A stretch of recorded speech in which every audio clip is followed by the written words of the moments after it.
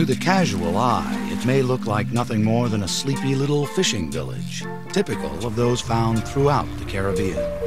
But Port Royal is different. Beneath its waters lies a unique time capsule, a sunken city more than 300 years old. Port Royal is the most important underwater archaeological site in the Western Hemisphere. There's more history and archaeology down there than 50 or 100 shipwrecks all combined. The history of Port Royal's sunken city, its legendary rise, its catastrophic fall, and promising rebirth, begins in the middle of the 17th century, when European nations fought over possession of land in the New World. It's hard to underestimate the importance of the Caribbean in that period. The Caribbean was the Wild West for Europe. It was the frontier. And the pirates and the privateers, the buccaneers, they were the vanguard of the expansionist countries and responsible for achieving nationalist aims and also for a lot of the immigration.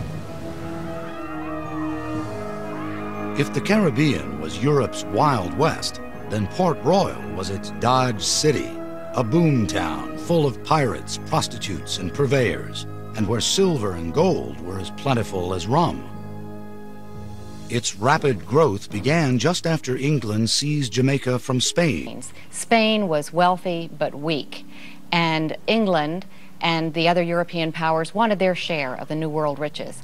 And Jamaica was in a wonderful location, and Port Royal an even better one, on the south side of the island, with a wonderful sweeping quay that formed a natural harbor that could easily hold 500 ships.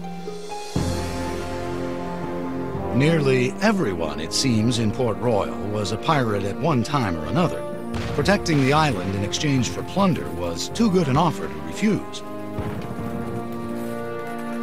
Being a pirate was a very opportunistic way of making a living. People would do it off and on, and so it wasn't that you was a pirate exclusively. You might be working in a tavern in Port Royal, and then one of the merchants is fronting the money for an individual, and they're going to go off on a raiding at one of the coastal Spanish towns, and so you would go with them. But then when you came back, well, you would just go back to your normal job. So it was an occupation that people crisscrossed back and forth out all the time. Commodore Christopher Mings, a British naval officer and a privateer, brought in Port Royal's first Great Haul. More than 20 chests filled with silver coins and gems worth £500,000. His tactics earned him the nickname El Diablo, the devil from the Spaniards. These hand grenades help explain why. Mings and his successors used them as part of their arsenal to terrorize Spanish vessels carrying trade goods from Europe and the Orient. The iron balls filled with gunpowder were lit with a fuse, then tossed onto the deck of a galleon. The explosion caused death and injury. Or treasury of the West Indies is always like a continual mart or fair where all sorts of choice merchandises are daily imported. As this salvaged Japanese sword suggests, the markets of Port Royal were a cornucopia of plunder and contraband, a place where anything from Oriental objects of art to African slaves could be had for a price. Any of the material that was coming in through piracy into Port Royal within 2 or 3 days was now in the hands of the merchants. And so it's the mercantile industry of Port Royal that actually made it the wealthiest English town in the New World. Port Royal was also the most populous English town in the New World. Bigger than Boston, it boasted a population of between 6,000 and 8,000 people. A brass menorah recovered from a sunken synagogue reflects their diversity. At a time when the British colonies of North America were largely single-faith enclaves, Port Royal supported Jewish, Quaker, Catholic, and Anglican houses of worship. The local clergy's faith, however, was sorely tested. 1 out of every 4 buildings in town was either a brothel or a tavern, prompting one reverend to condemn Port Royal as the most wicked and sinful place on earth. The pirates' decadent ways were indeed legendary. When they returned from their adventures, they were only too eager to blow their booty, indulging their every vice. According to an early history of Jamaica, wine and women drained them of their wealth to such a degree that in little time, some of them were reduced to beggary. Port Royal's most celebrated prostitute, Mary Carleton, was likened to a barber's chair. No sooner was one out than another was in. The governor of Port Royal commented that the Spaniards wondered much at the sickness of our people, until they knew the strength of our drinks, but then wondered more that they were not all dead. Port Royal, the wicked city, was noted for its drinking, debauchery, gambling, etc. And of course, these guys imbibed from morning to night. And a lot of guys made their own drinks, especially the rum, which was called Kill Devil's rum. And a lot of times it was mixed with gunpowder. And in the house of a David Owens that we worked in, we found his still. This was used for making rum. Of course, it was heated under here, and stuff was distilled and put in onion bottles like you see here, so named because of the shape. And in this particular house, we found several hundred of these onion bottles. A lot of them were still sealed. We had used hypodermic needles and got an idea what the contents were. And these guys didn't mess around just with drinking with little small glasses or jiggers. They used big things like you see here. This is a German beer stein made of stoneware, or you could call it a tankard. It's actually a shape of a tankard. Some people call them flagons. And so you can imagine, it would take 2 of these bottles just to fill one of these. And when a guy was drunk or came back from a new sortie where he captured a whole bunch of treasure, they'd go down with barrels, running down the street with barrels, and insist everybody had to take a drink. And they filled this thing to the brim and said, chug-a-lug. And could you imagine drinking that much rum? You just pass out and fall on your bippy. So those were the great days to live. Too bad I couldn't have been there myself. If there was one man who personified Port Royal's raucous social scene, he was Henry Morgan, pirate extraordinaire. He didn't just raid ships, he invaded countries. His exploits, more than anyone else's, would give Port Royal its mythic aura. Of all the pirates who made their base in Port Royal, none was more famous than Henry Morgan. He had come to Jamaica from Wales as an indentured servant, but soon took up freebooting. His exploits on the high seas made him the most celebrated and feared pirate of the 17th century. He's separated from other pirates because he was a brilliant tactician. He was courageous, many of them are, but in spite of the fact that he often had fallings out with the men of his company, he was incredibly successful. Morgan's expeditions rivaled those of any nation's army of the period. His most ambitious raid took place in 1670, when his force of 2,000 buccaneers invaded Panama City, the main depository of Spanish gold and silver on Central America's Pacific coast. They made an incredible trek through the jungle. They didn't take any stores with them. They counted on finding food. They didn't. They almost starved to death. The men were actually cutting up their shoes and boiling the shoe leather and their pieces of their leather pouches to eat. When Morgan's force finally arrived in Panama City, a desperate battle ensued, in which fleeing Spanish soldiers burned the city down and loaded its treasures onto departing ships. Once in control, Morgan's men tortured residents until they revealed where they had hidden their valuables. The booty piled up quickly: silver plate, gold ingots, and 750,000 pieces of eight. When they got back to the Caribbean coast, again at great cost to life, men dropping of disease and jungle fever, there was a falling out. After all that effort, there were only 200 pieces of eight per man. When Morgan sailed off ahead of some of the men, they felt that he had skimmed off the best for himself. The men may have been referring to these pieces. Rarely put on public view, they are known as Morgan's silver, believed to be the only known plunder remaining from the raid on Panama City. Upon his return to Port Royal, Morgan was hailed as a conquering hero, but King Charles was not pleased. England was now at peace with Spain. The Spanish king threatened to declare war if those who destroyed Panama City went unpunished. In response, King Charles imprisoned the colonial governor who approved Morgan's venture. But a different fate awaited the popular pirate. The British Crown really needed to get rid of the pirates at this point because they were developing their own commercial, viable colonies, and the pirates were becoming an embarrassment. And so what a better way to catch pirates than to set a pirate to do it? The king knighted Morgan and appointed him lieutenant governor of Jamaica. By day, he sat in judgment of his fellow buccaneers, but at night, he secretly arranged for them to continue their trade for a price. But it was Sir Henry who ultimately paid it. It must have been extremely difficult for Morgan to have been the buccaneer par excellence and then have to sit in judgment on petty pirates and buccaneers. And he sank into debauchery and drunkenness and was a kind of a shambling old mess at the end. But this is the story of piracy, and it's certainly the story of Port Royal, which was brash and bright for a while and then was extinguished. Morgan died a bitter, broken alcoholic in 1688. A short poem mourned the passage of the man and his times. You was a flyer, Morgan.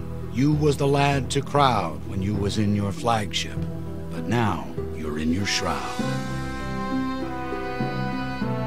Morgan's era was over, but Port Royal continued to thrive into the early 1690s as a pirate haven. Sometimes were as many as 150 buccaneer pirate ships right in here, and of all different nationalities. I mean, we're talking about people who were plundering in the Red Sea, plundering off of Madagascar, all around the world. They all came here. But the boom could have gone bust at any moment, not from sudden political changes, but rather from geological shifts. Port Royal was precariously situated on a thin spit of land at the tip of the Palisados Peninsula. It's unconsolidated sand with the water table of 1 foot to 2 feet beneath it. And so they build this town up on it, and you can't dig foundations for the houses because you hit the water table too quickly. As a result, Port Royal has always been vulnerable to natural disasters. Just how much can be seen in this structure, the Giddy House. It tipped over in an earthquake in 1907 and got its name from the sense of disorientation it induces in those who enter. It's nothing, however, compared to what Port Royal experienced back in June 1692. The denizens of Port Royal were no strangers to catastrophe. They were frequently beset by hurricanes. They'd had an earthquake 4 years earlier, a minor one. But the morning of June 7th was frightening to those few people who were up really early and saw that the sea was strangely glassy. As the morning wore on, it was terribly sultry. The air was very heavy. And the sky turned a brassy color. Shortly before noon, there was an absolutely apocalyptic event.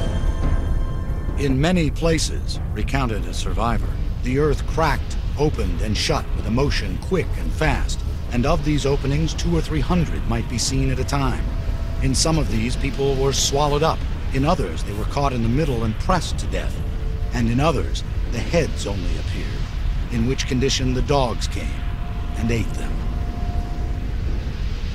Here you have 2,000 buildings, and all but about 160 slid into the sea in a matter of seconds, because there were also 3 tidal waves, and almost all the shipping in the harbor got all freaked up and thrown on top of the buildings, and it's really scary. It's like some of these Hollywood movies, but this actually happened to these people. Perhaps the most compelling account of the earthquake is etched on the headstone of Louis Galdi in the graveyard of St. Peter's Church. He was swallowed up in the great earthquake, by another shock thrown into the sea, and miraculously saved by swimming until a boat took him up. Galdi was one of the few to survive. He went on to become a church warden. The fate of his fellow citizens must have given him cause for prayer. 2,000 people, about a third of Port Royal's population, died immediately in the disaster. Approximately the same number perished in the following weeks from diseases caused by the rotting of unburied corpses. The town itself was devastated. 33 acres, nearly 2/3 of Port Royal, collapsed into the sea. Gone was everything from 5 of the island's 6 forts to Henry Morgan's grave. Even in its decimated state, Port Royal's notorious reputation survived. Looters roamed the streets, cutting off the fingers of the dead to more easily pilfer their rings. Others dove into the water, recovering what they could from the rubble below. Clergymen preached this catastrophe of biblical proportions was God's punishment for Port Royal's wicked ways. Perhaps they were right. The town was never the same. Though rebuilt, it was hit by a series of hurricanes and fires that drove many residents to relocate to Kingston, a new settlement that became the island capital. Scientists, however, have another explanation for the cause of the disaster. The key to the destruction at Port Royal is the fact that it's on this unconsolidated sand. And when you get unconsolidated sand like that and in a major earthquake, the violent shaking suspends every particle of sand with water momentarily. So what is firm foundation, ground at one point, now is just a liquid. It's just like water. Whether by liquefaction or God's wrath, the earthquake turned Port Royal into an instant time capsule. Like Pompeii and Herculaneum, Roman cities buried by a volcano in 79 AD, Port Royal was now that rarest of archaeological phenomena, a catastrophic site. The thing about Port Royal that makes it so special and unique is the fact it's the only sunken city in the New World. There's not another one like it because of its historical importance and the extremely good preservation present at the town. It's the dream of any nautical archaeologist to excavate.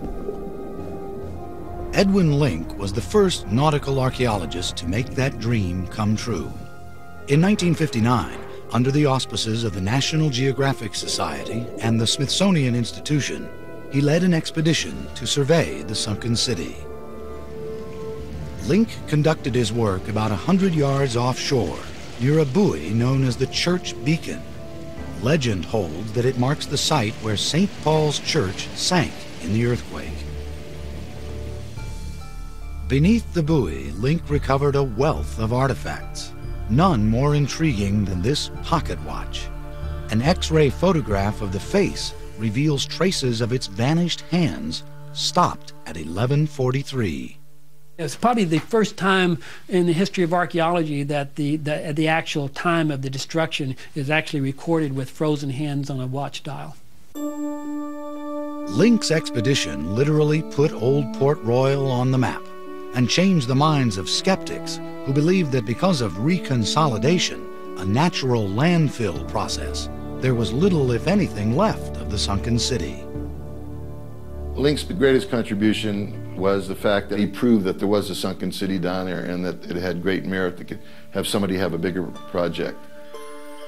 That somebody was Bob Marks, an underwater archaeologist.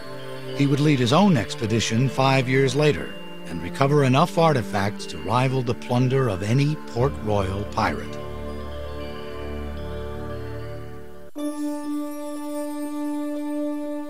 Edwin Link's 1959 expedition to Port Royal and his recovery of the pocket watch indicating the time of the earthquake intrigued many with the probability of more treasures to be found below. Perhaps no one was more curious than Bob Marks, an underwater archaeologist imbued with the lore of the sunken city. When I was 5 years old, I read a book about a guy who claimed that he walked the streets of Port Royal. The cathedral bell was chiming, skeletons were in the taverns with flagons in their hands drinking the booze, and I read that over and over and over, and I kept saying, one of these days I'm going to go there and do that. That day came in 1964, when a development company announced plans to turn Port Royal into a Caribbean version of colonial Williamsburg. That meant dredging for cruise ship piers, right where the sunken city was located. When Marks heard that news, he took action. I was able to convince the governments, with the help of the Organization of American States and UNESCO, both organizations which I was consultant to on underwater archaeology, to save all the goodies down there. And little did I know at the time that I'd spend the next 4 years around the clock working and only do a tiny part of the site, like 5% of the overall site. Marks excavated that portion of the site most threatened by the proposed dredging. Working in depths as low as 25 feet, he used an airlift, a long vacuum-like tube, to pump the silt onto a barge, where small artifacts collected on a screen. Marks didn't know what he would find, but he had a dream. From the very, very beginning, when I first started the excavation here at Port Royal in 1964, I dreamt about, let's find Henry Morgan's grave because we knew he was buried at Port Royal, or at least his tombstone. Marx's quest wasn't easy. Sewage from Kingston severely limited underwater visibility. Sharks lurked nearby. Cave-ins and earthquakes threatened. You're working in a cesspool, but the information that you're getting, you can't get anyplace else. So we put up with it day in, day out. And every morning, I'd wake up so excited to say, okay, what am I going to find today? Apparently, a lot. Marx may not have found Morgan's grave, but he and his divers seem to have salvaged everything else. They recovered thus far the largest haul of artifacts from the sunken city, in the millions by Marx's own estimate, all of which fit his definition of treasure. Treasure is anything of importance to mankind that comes out of the sea or from a land site. So treasure doesn't have to be gold and silver. It's something that's interesting for people, and it's something that adds to the knowledge of the past. That's what treasure is. Some of Marx's most interesting treasures are the oldest ever found in Jamaica. Soon after I started the excavation, I realized that others had lived there before the pirates settled in Port Royal in 1655, because I began finding Arawak artifacts. Arawaks were the first settlers on the island. They were there at least 1000 AD, and they were all over the Caribbean in different islands. And some of the first artifacts we found were these religious figurines that you see here, made out of stone, probably of Indian gods. And we found several of those also in wood, in very good condition. And the next thing we started to find was a number of ceramic vases and pots like you see here. This particular one here is really great because it's in the shape of an Arawak canoe that was used mainly for fishing and transportation between the islands. And these adzes or axe heads are interesting because these two here are made out of jadeite, and the nearest source of jadeite is Guatemala, which shows that they had trade, all the way to Central America. The two biggest are weapons used to fight, and the smaller one is used as kind of a axe for chopping wood or digging out a canoe or something like that. So it really was great to find all these Indian artifacts on the site. Most of Marx's finds are fittingly stored in a landmark building, Port Royal's old Naval Hospital, built in 1819 and owned by the Jamaica National Heritage Trust. As the main repository for Marx's artifacts, the hospital has become a latter-day version of the city that sank just beyond its seawall. The grounds are littered with artillery Marx brought up from various shipwrecks, including mortar balls from what is believed to be the Ranger, a vessel that once belonged to pirate Black Bart Roberts, and cannon from what may be the HMS Swan, a British naval vessel that was thrown onto a building by one of the 3 tidal waves that followed the 1692 earthquake. Even the outhouses claim a connection to Port Royal's storied past. The bricks are recycled from the hundreds of thousands Marx reclaimed from the sunken city. Inside the hospital where naval officers once awaited treatment, artifacts await further study. A small selection reveals how life was lived in the pirate town at the time of the Great Quake.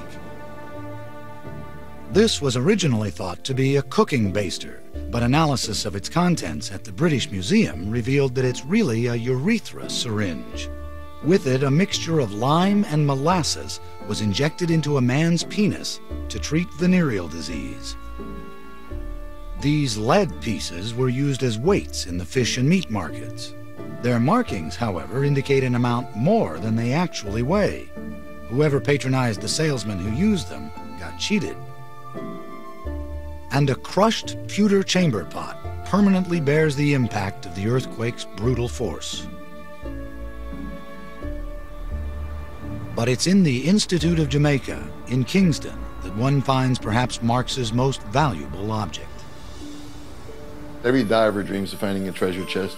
And here I actually found the wooden chest, and inside were 3,000 of the most perfect silver coins, because the same anaerobic conditions that protects all the organic material also protected the silver, and they were the most perfect coins I ever found.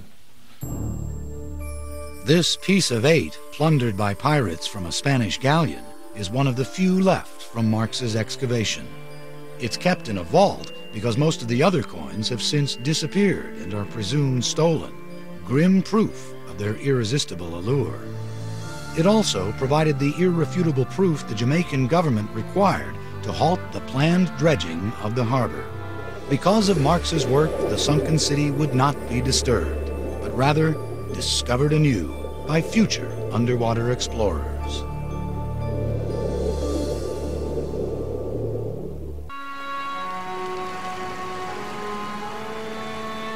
Every underwater expedition to the sunken city at Port Royal has been distinctive. Edwin Link's 1959 exploration was the first and raised tantalizing possibilities for those who followed. The dig conducted by Bob Marks in the 1960s was the largest, yielding the greatest quantity of artifacts. In 1981, the longest and most detailed study of Port Royal began when the Jamaican government invited the Institute of Nautical Archaeology at Texas A&M to excavate. Donnie Hamilton led the expedition. Originally I said, okay, I will go 1 year and see what the conditions are like. So when we went out there, we found that we could conduct controlled excavations, we could take photographs, we could take underwater video, we could find artifacts. So what started to be a 1 year trial excavation turned out to be 10 years of going to Jamaica. From that first year, we saw that there wasn't another site like it, probably in the world, that's comparable to what you find at Port Royal. Anybody who's interested in 17th century English archaeology, that's the site to excavate. Unlike Bob Marks, whose site was predetermined by proposed harbor dredging, Hamilton could choose where he wanted to excavate. After consulting period maps of Port Royal, he selected what was once a busy intersection in the commercial center of town. This area was chosen because it's probably the only portion of the sunken city where one finds buildings that sank vertically with minimal distortion. This phenomenon was caused by the liquefaction that occurred during the earthquake. Hamilton's team uncovered 8 buildings, ranging from a probable tavern and cobbler shop to private residences. Using a water dredge, a more flexible version of an airlift, Hamilton's team gathered artifacts at depths of less than 15 feet. It was just the first step of many to conserve the past. Underwater archaeology is very expensive in terms of conservation. While we may spend 3 months working in the summer, it may take 3 to 5 years to conserve all the artifacts we bring up in one excavation season. Hamilton explains the steps involved in the conservation of metal objects, the kind most susceptible to decay and incrustation. The biggest problem we have with the artifacts from Port Royal is just the fact that they're all covered with marine growth from being 300 years in the salt water. And so the first process we have to go through is x-raying them to find out exactly what is inside each one of these incrustations or concretions. We take each encrusted object and make an x-ray of it before we start the conservation process, and then the x-ray shows the interior detail. On this x-ray you can see the trigger of a gun. Here's the side plate of the gun, the spring inside behind the side plate, and then part of the hammer which held the gun flint. And the x-ray shows us clearly the degree of preservation, and it determines the next process as we go through. As soon as we evaluate the x-ray and determine what's inside, then we just start mechanically cleaning the incrustation off the object.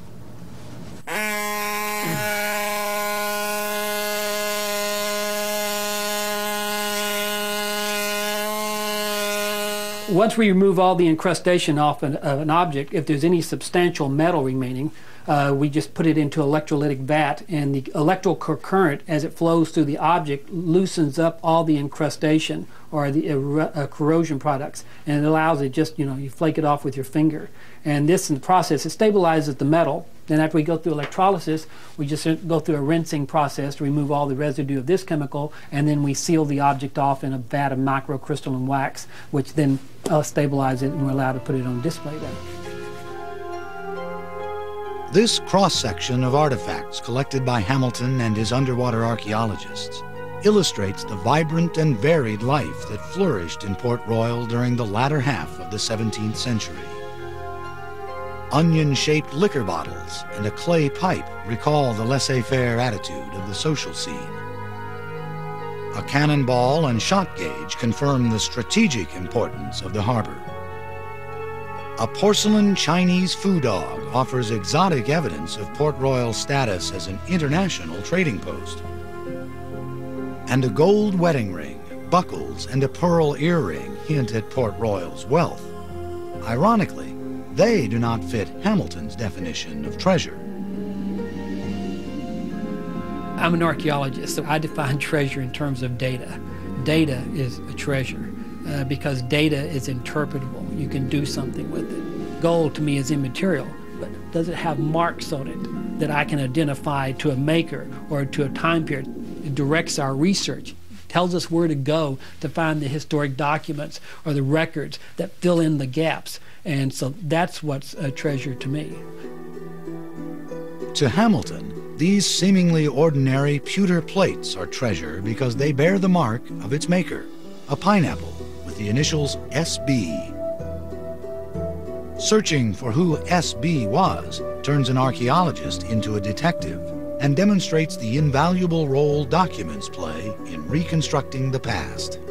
After consulting several archives, including a 1680 Port Royal census, Hamilton discovered that SB was Simon Benning, a local pewter maker. Further research located his will, providing information on his family and property holdings, while his inventory quantified his success as a pewter maker. We know from Simon Benning's inventory that he had over 2,000 finished plates, which is a very large inventory. Essentially, he's the only pewter maker in the entire island. With only a set of initials as his starting point, Hamilton's research ended with a profile of Simon Benning, Port Royal's pewter maker. He was likely born in Tuthill, England, came to Port Royal via Barbados around 1663, bought property on High Street, had a wife, 2 sons, and a daughter, prospered in his trade, and died in 1687, 5 years before the Great Quake. I like Simon Benning because essentially I brought him back to life through the excavation and the research that we conducted with the artifacts that we could relate back to him. Bringing back to life the citizens of Port Royal doesn't always require an artifact with a mark on it or documentation. Sometimes the past becomes more human simply by an act of compassion. While excavating the last structure on their site, Hamilton and his team found the remains of 3 children caught in the quake. It was enough to stir the heart of even the most professionally detached archaeologist. One child was at the back hearth and the wall fell over, and so the child was between the wall and the floor. And then we found another child at the front door at the house. Either the child was either running into the house or running out of the house, but it was right at the front door. So in a situation like that, there is an emotional involvement. Hamilton had the children's remains buried in the graveyard of St. Peter's Church. Their modest tablet may not lure any treasure seekers, but it's valuable in its own right. It's the only memorial to the victims of the earthquake of 1692.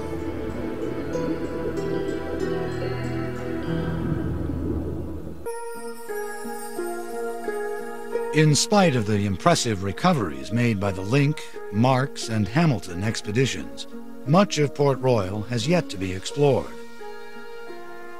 Of the 33 acres that originally sank, 20 have been lost to reconsolidation, nature's own landfill process. Of the remaining 13 sunken acres, only 3.5 have been excavated. Only a very small area of Port Royal has been excavated because it is such a time-consuming thing to work underwater, and because you're working in 10-centimeter levels as you dig, it takes a long time to excavate a single area. Marianne Franklin, a PhD candidate at the Institute of Nautical Archaeology, is planning the next excavation at Port Royal. Her site is the shipwreck of what is believed to be the Ranger, a vessel with a curious history. Of French origin, it was seized off the west coast of Africa by Bartholomew Roberts, also known as Black Bart, one of history's most infamous pirates. He was interesting because, unlike most pirates, he was a teetotaler, and he made his men sign articles. Every pirate had to sign articles agreeing to the rules of the ship, and his included no swearing and no drinking, and lights out by 8 o'clock. On the high seas, however, Black Bart was a terror, raiding and plundering at will during the early 18th century. The British Navy finally brought him down after a long pursuit and a short battle off the Guinea coast. Following Robert's bloody death, the Ranger returned to Port Royal, where it sank in a hurricane in 1722. Bob Marks located a shipwreck during his excavations in the 1960s that loosely fit the description of the vessel. Franklin intends to determine definitively if it is the Ranger. She doesn't expect to find pirate plunder on board during this exploratory dive. Anything of monetary value has long since been salvaged, but Franklin does hope to find her own version of treasure. Treasure for an archaeologist is not material goods, things you can hold or sell for monetary value. What's neat is that you can go down, look at the archaeological record, put it with the historical record, and get a better understanding of a different time in the past. Then make sure that the information you find gets to the public so that kids can understand, because if you just keep what you find to yourself, you're no better than the pirates. The interesting thing about finding the Ranger and doing this excavation now is, as we speak, they're excavating Blackbeard's vessel, Queen Anne's Revenge, off the coast of Carolina. These two vessels were both used by the pirates at the end of the Golden Age of piracy in 1721. So archaeologically, we'll have something to compare it to from the same era, another vessel. And these are the only two ships that have been excavated by archaeologists using controlled techniques. But Bob Marks proves, however, that one need not utilize the controlled techniques of an archaeologist to recover a wealth of artifacts in the waters off Port Royal. He shows just how easy it is during his first return to the sunken city in over 30 years. I went out there in 40 minutes just using snorkel equipment because no scuba equipment was available, and hand fanning with my little hand. I went and found all these little goodies you see here, and it gives you an idea of the diversity of different stuff there. Among Marks's finds are broken bits of Chinese porcelain, musket balls, a child's marble, broken pipe stems.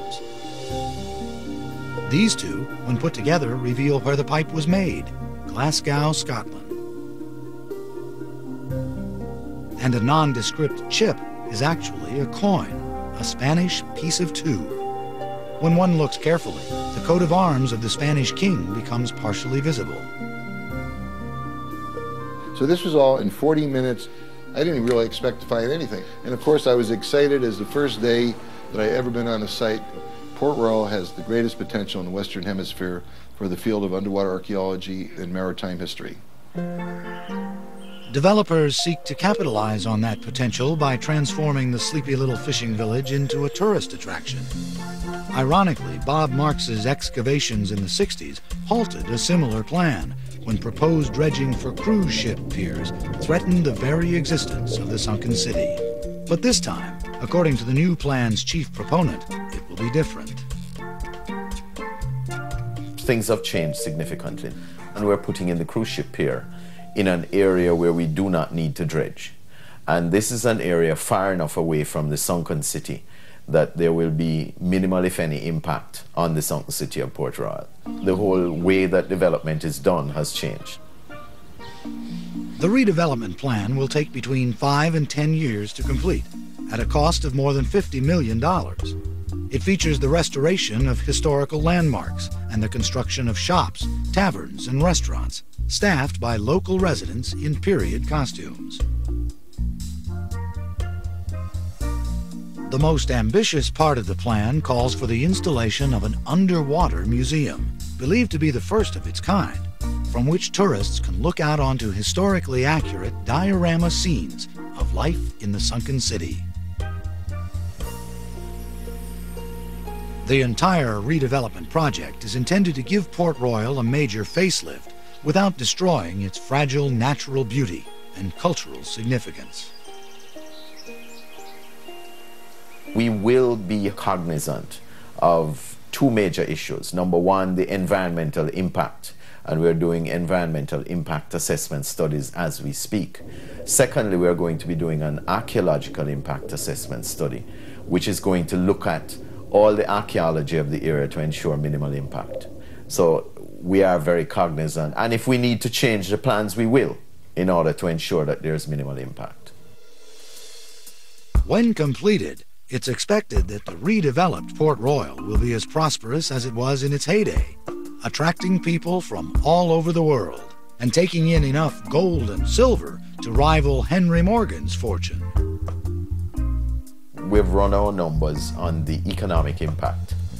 You're talking about 25,000 people visiting Port Royal on a weekly basis, each spending in the range of 100 US. When you multiply that by 50 odd weeks, you know, you're talking about significant amounts of money, about 125 million US per year, coming into the economy in Port Royal and Kingston, but Jamaica generally. Despite its notorious past, the future of Port Royal holds great promise, and that's a treasure sure to enrich everyone.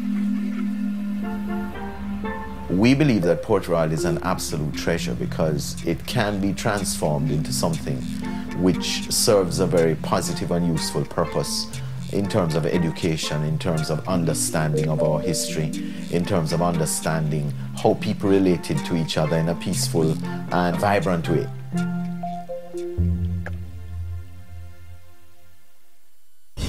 They possessed no cranes, power tools, or computers, and yet they were able to engineer the most impressive architectural achievements to ever see the light of day. Join Peter Weller, Egypt, Engineering an Empire, Thursday at 9 on 8.